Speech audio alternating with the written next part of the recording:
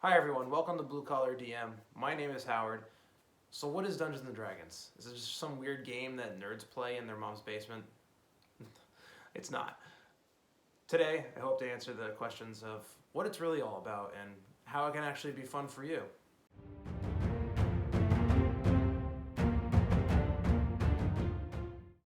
So again, we ask ourselves, what is Dungeons and Dragons? Technically, Dungeons and Dragons is just a simple tabletop RPG.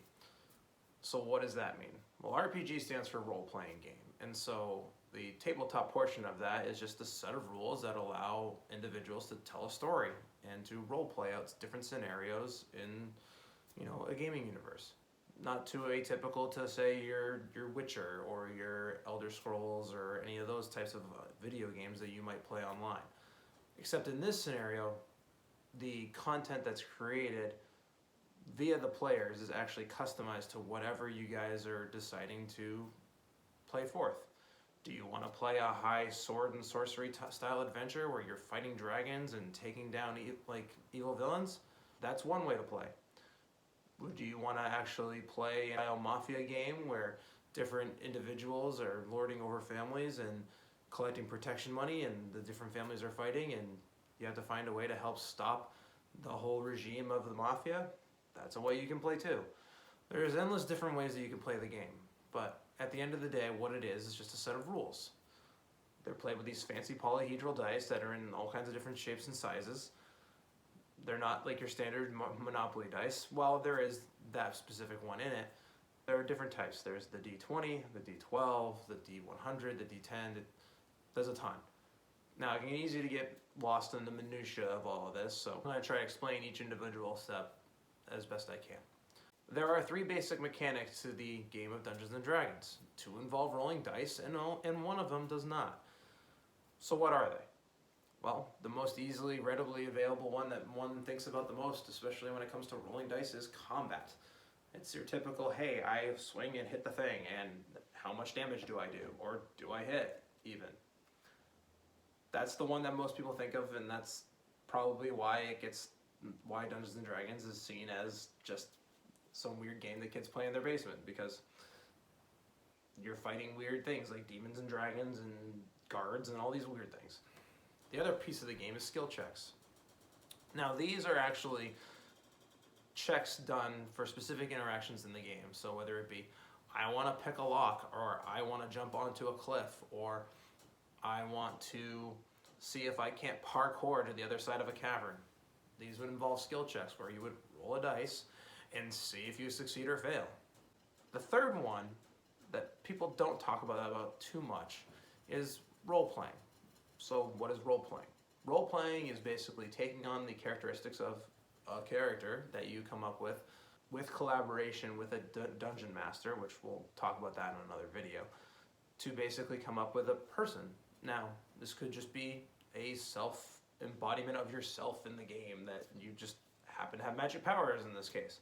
Or it could be, some random person from like the Marvel universe that you want to portray in this particular style of game. The choices are up to you. But what role-playing really is reacting to given situations in a game in that character. There could be many things, like you could slay a dragon, and how excited would your character be to do that? Or how terrified would they be to go up and fight that dragon?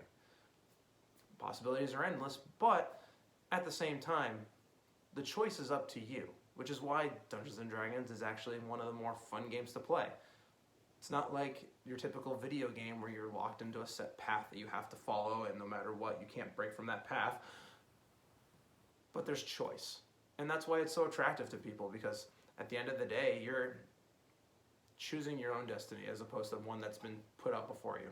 It's the reason why the Fable games were made famous, but even then, there was still one linear path that you had to follow. Because it's a video game, there has to be some means to an end, and there has to be one single story. In Dungeons & Dragons, there isn't, which is why it's so attractive.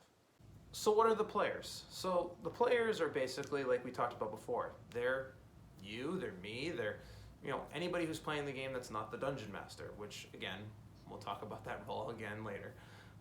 At the end of the day, the players, they're the heroes of the story, or the villains, depending on how you want to play your game.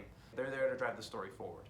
And it's their choices that help determine what happens in this fantasy world, or steampunk, or mafia-driven, whatever the case may be, futuristic world, whatever it is, the story is driven by the players, and the DM kind of acts as the roadmap. For players, the options are endless. Do you want to be a screaming, raging barbarian who basically uses his anger and his rage to go and beat down his foes? Or do you want to be a wizard and be a scholarly type and learn spells and cast these spells on enemies and control the battlefield? There are many different ways that you can go about playing Dungeons & Dragons as a character, but the biggest thing is that there's options. You can find either a character, a class, or a race that fits the kind of style of character that you want to play. And that's the one great thing about Dungeons & Dragons. There's no, necessarily, you have to play this one guy that is in this village who's the main character who, saves the whole town and does this one thing and is really good at this one. No. You can decide to play a wizard who's actually very awkward in social situations, isn't really sure how to act around people. Or you can play a raging barbarian drunk who loves to get into bar fights. You can do whatever you want, and that's the great thing about this game, is that it's flexible, and the rules allow for a lot of creative play, which, at the end of the day, your experience is molded by the choices that you get to make, which is nice, because a lot of times in video games, you don't really get the option of that choice. You're just kind of thrown down one path, and you don't really have the freedom to do whatever you want to do. So what is the Dungeon Master, or DM? That individual is basically the producer or the director of the story. So what do I mean by that? Basically, they help set the narrative, or they help set the scene for whatever is presented in front of you. They're the ones that basically give the players something to interact with, whether it be, an enemy to kill, or a politician to, influence to try to get them to do what they want, or maybe they just create a bar or a tavern for players to go and frequent, and then they find out some really weird secrets about the town that they happen to be in. The possibilities are endless, but the DM is basically that individual who guides the players, and by guide, I really just mean presents the scenarios for them and reacts accordingly to whatever the players decide to do. It's sometimes one of the hardest jobs, but it can be also the most rewarding. So who is Dungeons & Dragons for? Well, if you've been listening this long in this video, then you probably guessed it. It's for everyone. It can be for friends who just want to hang out at the end of the week and replace their board game night with something a little bit more entertaining. It can be utilized as a tool for teachers to help out students who are having issues with problem solving or social interaction in school. It can be a catalyst for individuals who typically stay to themselves and don't really interact with people to then come out of their shell and begin to, develop good and positive relationships. It can also be used by a lot of the many companies in the world as a tool in order to enhance team building or, critical thinking and problem solving in the workplace, just in a different framework than they're used to. I mean, think about it. If you're an accountant and you're stuck on a problem and you need something in order to decompress, Dungeons & Dragons can be a good way to do that, and it'll also help you change your frame of reference on the problems that you're having in the workplace, because you're allowed to take risks and take, different paths in an experimental way that's safe to do.